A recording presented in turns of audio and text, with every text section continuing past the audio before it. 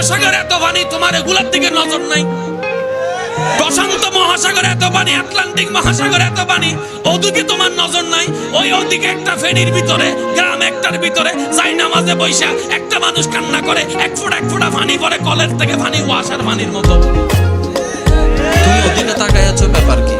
রব বলে যে যা, ওর পানি চোখ থেকে পড়ার আগে একটা সবুজ বাটি লইয়া পানি সবগুলো সংরক্ষণ কর, পানিগুলাকে নষ্ট হতে দিস না। সুবহানাল্লাহ।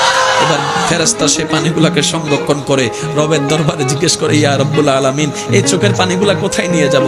রব্বে করিম বলে, জান্নাতের মধ্যে নিয়ে রাখে যাও, জান্নাতের মধ্যে গিয়ে রেখে দাও, জান্নাতের মধ্যে গিয়ে রেখে যাও। যেদিন আপনি জান্নাতে যাবেন সেদিন আপনার চোখের পানিটা আপনাকে ফেরত দেওয়া হবে। আপনি অবাক হয়ে বলবেন, আমি বন্ধুর জন্য কান্না করেছি, কারো কোনো মনে নাই। বান্ধবীর জন্য কান্না করেছি, সেটা কখনো স্মরণ রাখা হয় নাই। আমি মেয়ে তো কোনো জন্য করেছি কান্না, কেউ তো আমার স্মরণ রাখে নাই। মৌলা, তোমার জন্য জীবনে